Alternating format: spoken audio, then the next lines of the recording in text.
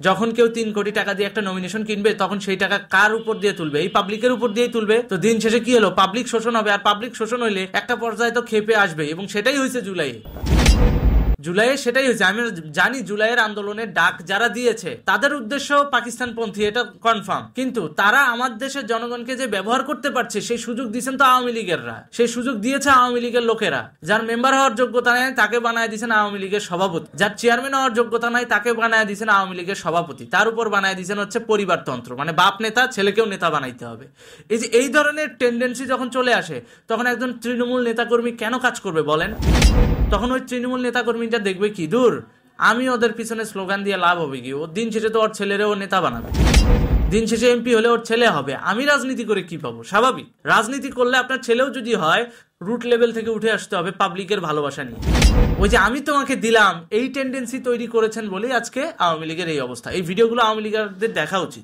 একটা রূঢ় বাস্তবতা হচ্ছে বিগত 10 বছরে আওয়ামী লীগের কোনো ত্যাগী নেতা কর্মীর মূল্যায়ন হয় নাই। কেন হয় নাই জানেন? ত্যাগী নেতাদের থেকে হাইব্রিড আওয়ামী লীগেরদের মূল্যায়ন বেশি ছিল, যারা কোটি কোটি টাকা ঢালতো এক একটা নমিনেশন কেনার পেছনে। এমনও দিন গেছে যে ইউনিয়ন পরিষদের সামান্য চেয়ারম্যানের একটা নমিনেশন কেনার জন্য কোটি টাকার ডিল পর্যন্ত হয়েছে, 3 কোটি 5 কোটি 7 কোটি আওয়ামী লীগের আমলে। এখন সেই হাইব্রিডাররা কই?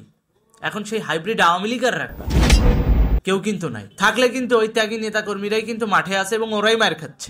এক হাতে তালি বাজে না বস। আজকে এই যে আওয়ামী লীগের এত অধপতন, এইটার পিছনে খোদ আওয়ামী লীগের দুর্নীতি দায়ী, দলীয় দুর্নীতি। হ্যাঁ, আজকে এটা নিয়ে কথা বলবো।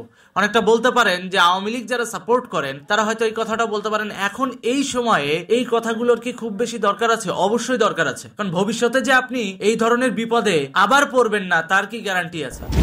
বারবার এসে কি ওই ভারত, ট্রাম্প আর হচ্ছে বহির্বিশ্ব আপনাদেরকে বাঁচাবে? মোটেও না।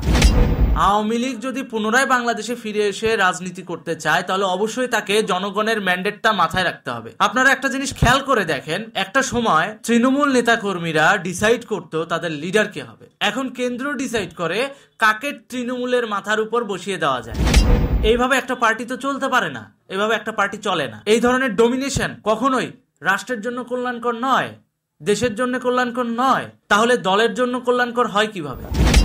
কিভাবে একটা মানুষকে কেন্দ্র তৃণমূলের ঘাড়ে চাপিয়ে দিতে পারে শুধুমাত্র সংসদ সদস্য হওয়ার কারণে? দলীয় পার্সপেক্টিভ এবং রাষ্ট্রীয় পার্সপেক্টিভ সম্পূর্ণ প্রফেশনালি হ্যান্ডেল করা উচিত, আবেগের বশে নয়। আজকালকার নেতাদের ধারাটা এমন যে আমি তোমাকে দিচ্ছি, ভাই তুমি দেওয়ার কে?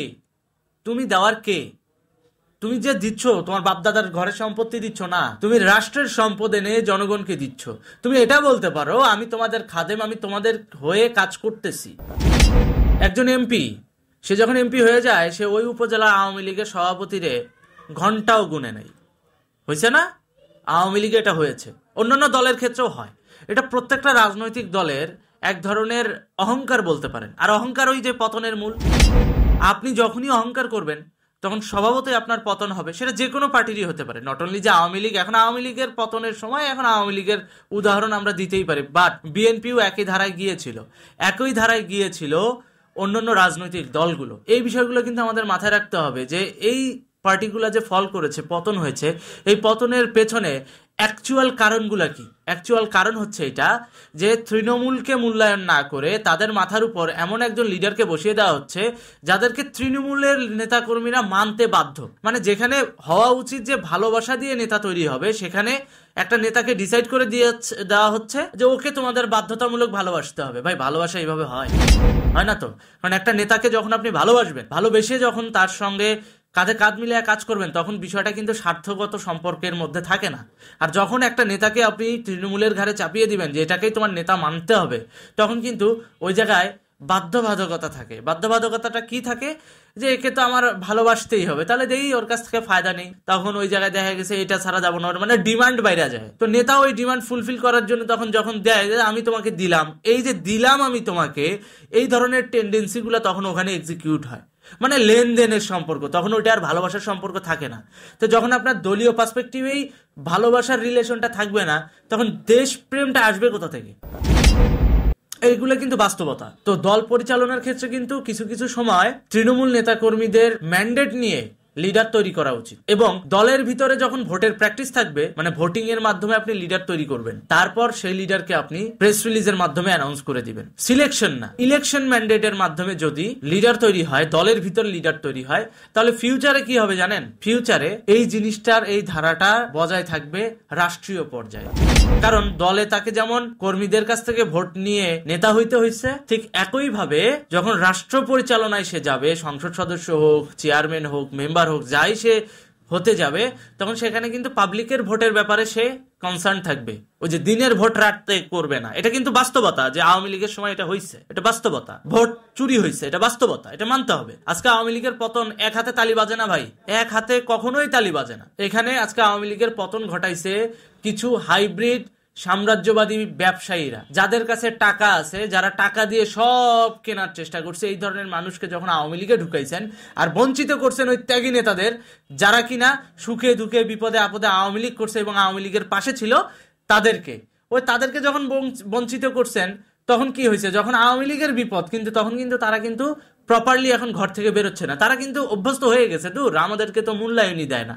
বিগত 15 বছর 10 বছর তো আমরা মূল্যায়নই পাইনি, তা আমরা কি জন্য বাইরে যাব? তো যাদেরকে মূল্যায়ন করছে, যারা টাকা কামাইছে, তারা আসুক। তারাও কিন্তু দেখেন দিন শেষে পল্টি নিছে। ওই যে বললাম, ভালোবাসার সম্পর্ক আর লেনদেনের সম্পর্ক, লেনদেনের সম্পর্ক আর ভালোবাসার সম্পর্কের পার্থক্য এইটাই। 71 সালে মানুষ আওয়ামী লীগকে ভালোবেসে যুদ্ধে নেমেছে, জীবন দিতেও পিছপা হয় নাই।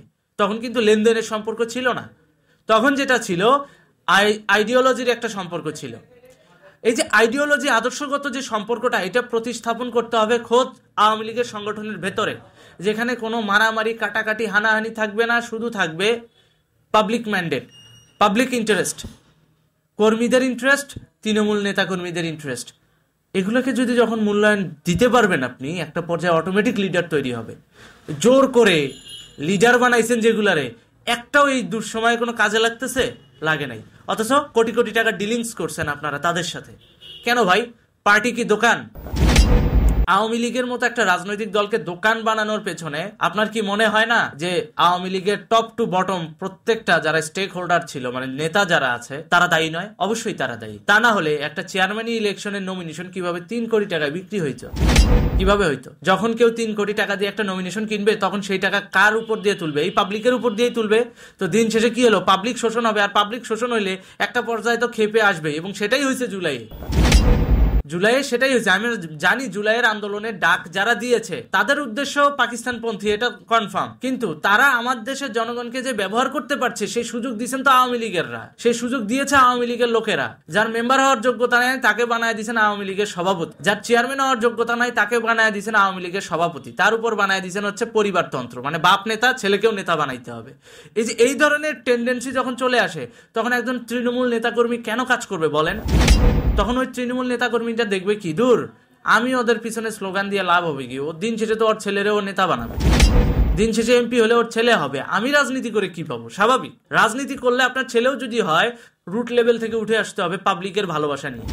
ওই যে আমি তোমাকে দিলাম, এই টেন্ডেন্সি তৈরি করেছেন বলেই আজকে আওয়ামী লীগের এই অবস্থা। এই ভিডিওগুলো আওয়ামী লীগের দেখা উচিত, কারণ আমি এমনও মানুষ দেখেছি যেই মানুষগুলো চোখের পানি ফেলতে ফেলতে আওয়ামী লীগের কার্যালয় থেকে বেরিয়ে গেছে। কেন? কারণ এই মানুষটা যোগ্য ছিল। নেতা কর্মীরা যারা তৃণমূল কর্মী, তারা কাঁদতে কাঁদতে আওয়ামী লীগ অফিস থেকে বেরোয় গিয়েছে, চোখ মুছতে মুছতে। কেন? তাদের লিডার মনোনয়ন পায় নাই। মনোনয়ন পাইছে কে? সাকিব আল হাসান। তো সাকিব আল হাসান যে মনোনয়ন পাইলো, সাকিব আল হাসান কি এখন এই আওয়ামী লীগের বিপদে পাশে দাঁড়াচ্ছে?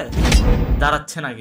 কিন্তু রুট লেভেলে যায় দেখেন, ওই যেই লোকটা নৌকার নমিনেশন পায় নাই, ওর কর্মীরাই মার খাচ্ছে, ওর কর্মীরাই যায় দেখেন হামলা মামলার শিকার হচ্ছে, তবুও কিন্তু ওরা জয় বাংলা বলে যাচ্ছে। কেন? ওরা বঙ্গবন্ধুকে ভালোবাসে, ওরা আওয়ামী লীগকে ভালোবাসে। কিন্তু আওয়ামী লীগ এবং আওয়ামী লীগের যে নেতা কর্মীরা, যে দালাল হাইব্রিডরা, এই কর্মীটার ইমোশনের মূল্য কি দিতে পেরেছে? পারে নাই, পারবেও না ভবিষ্যতে। একই অবস্থা ধানমন্ডি, মানে ঢাকা 10 আসনের ফেরদাউসের মনোনয়নের বেলায়। ওখানকার ত্যাগী নেতা কর্মীদের অবমূল্যায়ন করে মনোনয়ন দিচ্ছেন ফেরদাউস রে। এখন ফেরদাউস কোথায়? নাই, গায়েব। কিন্তু মার খাইলে কিন্তু ওই নেতা কর্মীরা খাচ্ছে, ওরা কিন্তু ঘর ছাড়া এখন। তাহলে আজকে আপনার বাবার যে বাড়ি, মানে আমি বঙ্গবন্ধু কন্যা শেখ হাসিনার উদ্দেশ্যে এই কথাটা বলছি, আজকে আপনার বাবার যে বাড়ি ধানমন্ডি 32 নাম্বার, সেটা যে পোড়া গেল, এই জায়গায় তো কেউ কোনো না কোনো এমপির দায়িত্ব ছিল। সেই এমপিটাকে ওই ফেরদাউস। ওখানে যদি একটা ভালো বলিষ্ঠ ত্যাগী আওয়ামী লীগের বসাইতেন আপনি, তাহলে আপনার বাবার ঘর আজকে অক্ষত থাকতো, পুরতো না অন্তত। কারণ ওই যে পলিটিক্যাল প্র্যাকটিসিজমটা চলতো, কারণ সাধারণ মানুষ ওই মানুষকে দীর্ঘদিন ধরে আওয়ামী লীগের প্র্যাকটিস করতে দেখেছে। তো আপনারা করবেন কি, টাকার বিনিময়ে মনোনয়ন বিক্রি করবেন, তারপর সেটার প্রতিফল যখন আপনাদের ঘাড়ে এসে পড়বে তখন আপনি চোখ মুছতে মুছতে বলবেন আমার বাবার বাড়ি পুরাই দিল। তো লাভ নাই, তো কোনো লাভ নাই। কারণ দিন শেষে আপনি আপনার কর্মীদের মূল্যায়ন করতে পারেননি বলে সেই কর্মফল আপনার উপর পড়েছে, এটা বাস্তবতা। সো ফিউচারে যদি বাংলাদেশে ফিরে আসেন এবং আওয়ামী লীগের রাজনীতি যদি আপনাকে করতে হয়, আওয়ামী লীগের মধ্যে যারা ত্যাগী নেতা কর্মী রয়েছে তাদেরকে মূল্যায়ন করতে হবে, তাদেরকে মূল্যায়ন করে নেতৃত্ব পর্যায়ে নিয়ে আসতে হবে। আদারওয়াইজ এ দেশে আওয়ামী লীগের অস্তিত্ব ভবিষ্যতে টিকায় রাখা সম্ভব হবে না। কারণ দলকে দোকান বানাবেন আর কয়দিন পর পর এসে ইমোশনাল নাটক সাজাবেন, এভাবে ভাই বাংলাদেশ চলে না, চলবে না। তো টাকায় যদি কামানো হয় রাজনৈতিক ধর্ম, তাহলে যান আলু পটলের ব্যবসা করেন, পার্টি অফিস খুলে ওইটার দোকান বানানোর কোনো প্রয়োজন নেই। ধন্যবাদ।